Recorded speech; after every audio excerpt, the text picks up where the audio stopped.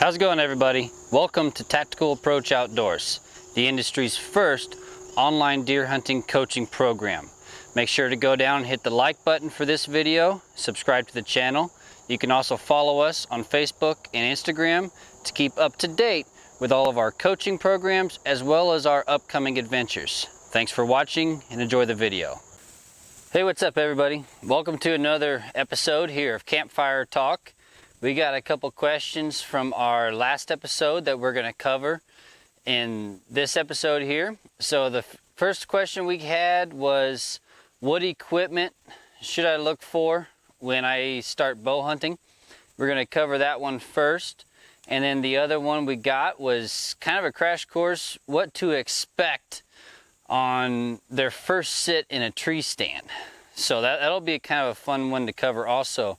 So first things first, we're going to cut on over to the picnic table and we're going to go over the basics of what you need to get started for your equipment when bow hunting.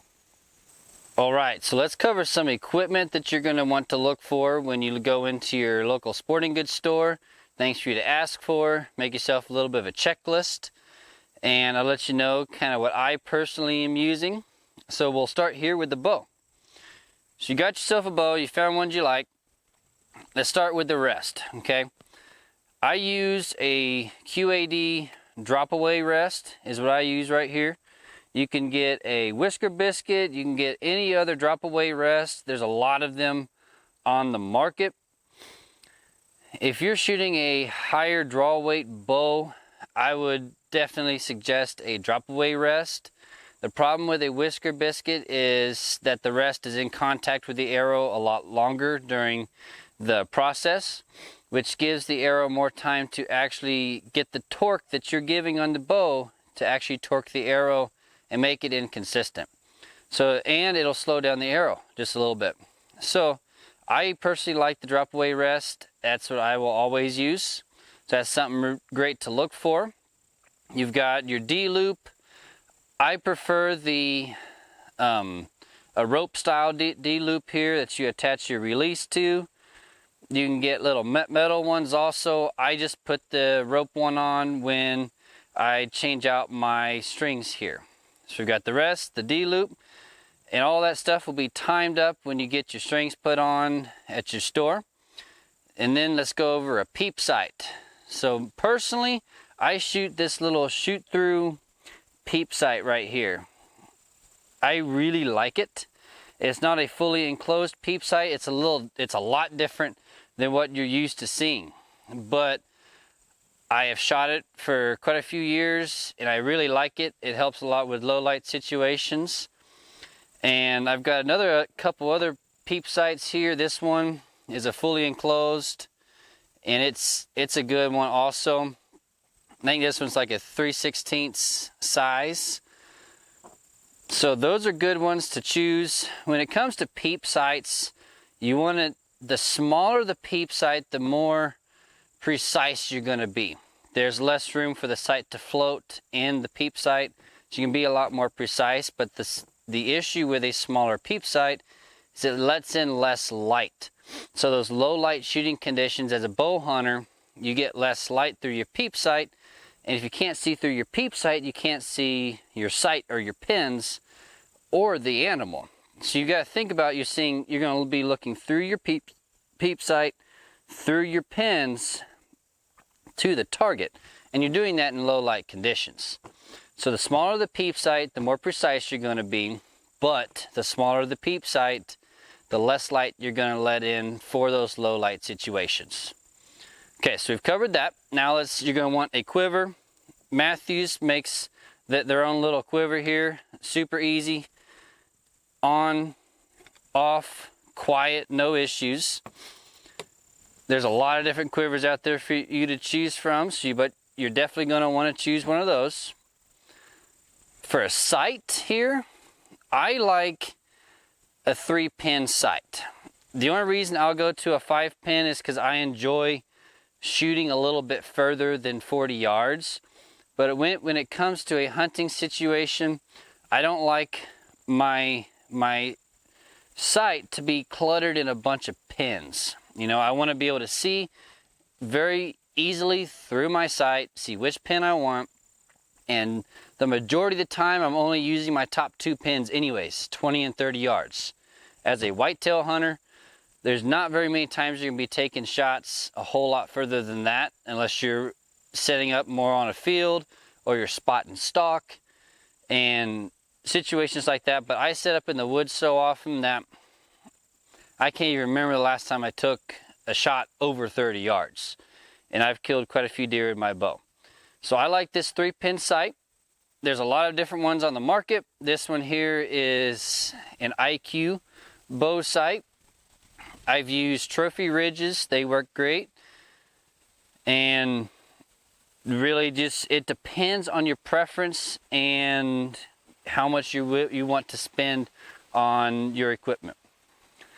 The next piece here is you've got a little wrist strap. You definitely want this.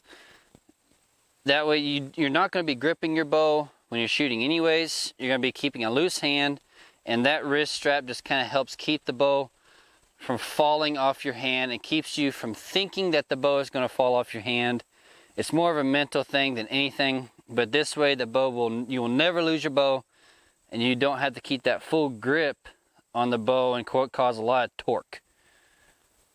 So kind of let's see here, we went over, yeah, the last piece that we've got on their bow is your stabilizer. Okay, this one here is a bee stinger. A true stabilizer has weight out front.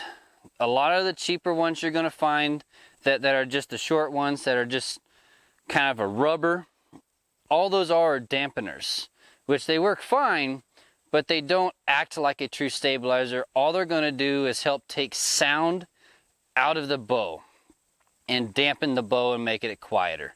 So I like a lot, if you're going to be shooting further distances also, the true stabilizers actually really help keep things consistent. They help balance your bow. They're just a really good choice, and they really don't, this one here isn't a very big one at all. It doesn't cost a whole lot more than a regular dampener that you're going to see, but I've shot this one for a while. I'll eventually probably move to a little bigger setup, but for now this one works just fine. So that covers the bow. Let's go to some arrows here. I'm just going to grab broadhead. So I've shot the Carbon Express Maxima Reds for quite a few years now. I like them because they're heavy and they're stiff. It has a really stiff spine.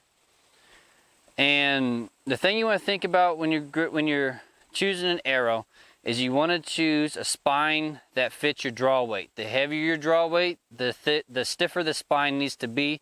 So don't always choose the cheapest arrow. It doesn't necessarily always work for your bow. But if you got a little bit lower draw weight, you can go down in spine stiffness. Just look on the box, ask the person working in the archery department. They will know. Broadhead wise and field point wise, I always use 100 grains. I never go above that. There's a lot of things you can look into that get real specific with grain weight, but when it comes to just sticking with the basics, you can't beat a good 100 grain field point and broadhead just for overall use. I've shot a lot of deer with them. They work just fine. I personally use broadhead wise. I like using these Schwackers. This will be my second year, actually, 2.5 years now using these things, and they work really well so far. So I'm gonna keep using them. So there's your arrows and your bow. Now let's go to just a random piece of equipment. Keep a set of Allen wrenches in your bow case at all times. You never know when you're going to need it. You need to make quick adjustments to your sight. Just always keep some Allen wrenches in your case. Really the last piece here, other than a bow case, you're definitely going to want a bow case. Hard or soft, depends on how much money you want to spend on it. A hard case is going to keep your bow protected a little bit better than a soft case will. So you definitely want something though, just protect that investment that you're making in your equipment, and it's worth it. So last part here is going to be your release. I'm personally shooting a thumb release. I moved to this year. I'm just going to draw it. It's very similar to a back tension release, except it's going to be kind of trigger. I trigger it here as my thumb. It's got a hook there. I've used the hook for a few years in other releases, and I really like using that hook style versus the full enclosure. I feel like it's a lot smoother of a release. I had a full wrist release that was also a hook, and it worked great. I think it was a True Glow. And then I moved to this one. We got the mini fang here, and it works pretty good. I've enjoyed shooting it so far this year. But when you're getting started, first getting going, get yourself probably a full wrist release. It'll be the easiest one to learn, and they work just fine. You'll be plenty consistent, plenty accurate with it, and you'll shoot really good. The last thing really to think about when you're buying your equipment is you get what you pay for. You don't have to spend a ton of money on your gear, but realize that the cheaper you go, the less things, they're not going to work quite as well. They might be a little bit noisier, they'll be less smooth, they're going to be less accurate and consistent, then they're not going to last as long. So when you think about buying your equipment, it's true that you get what you pay for. So just take that in consideration. Don't be afraid to spend a little extra money. You're not going to regret it. But there's plenty of stuff out there that you can save money at. Look on eBay and other places, buy it used. This bow personally was used, and I've shot it for, 15 years now, and it's still shooting just fine. So there's some equipment basics, a little bit of a checklist for you to look for when going into your local sporting goods store, things to ask for, and get set up for bow hunting. So if you guys have any other questions about equipment, or you want us to cover a little bit more advanced equipment, be sure to leave those questions in the comments. I'd be happy to answer those for you. Our next topic is what to expect from your very first sit in a tree stand. Very first time out, never done it before. What I'm going to expect here, I'm just going to assume that you've been practicing, okay? You've got the tree stand in the tree, you've practiced setting it up, using your climbing aids, and you've gone over your equipment, okay? So you're not new to at least climbing the tree and setting it up, and you've probably sat in it for at least a short amount of time. So I'm going to assume that much, because no matter how seasoned you are, I still suggest that you practice during the off season just to keep your system lined up and make it smooth, okay?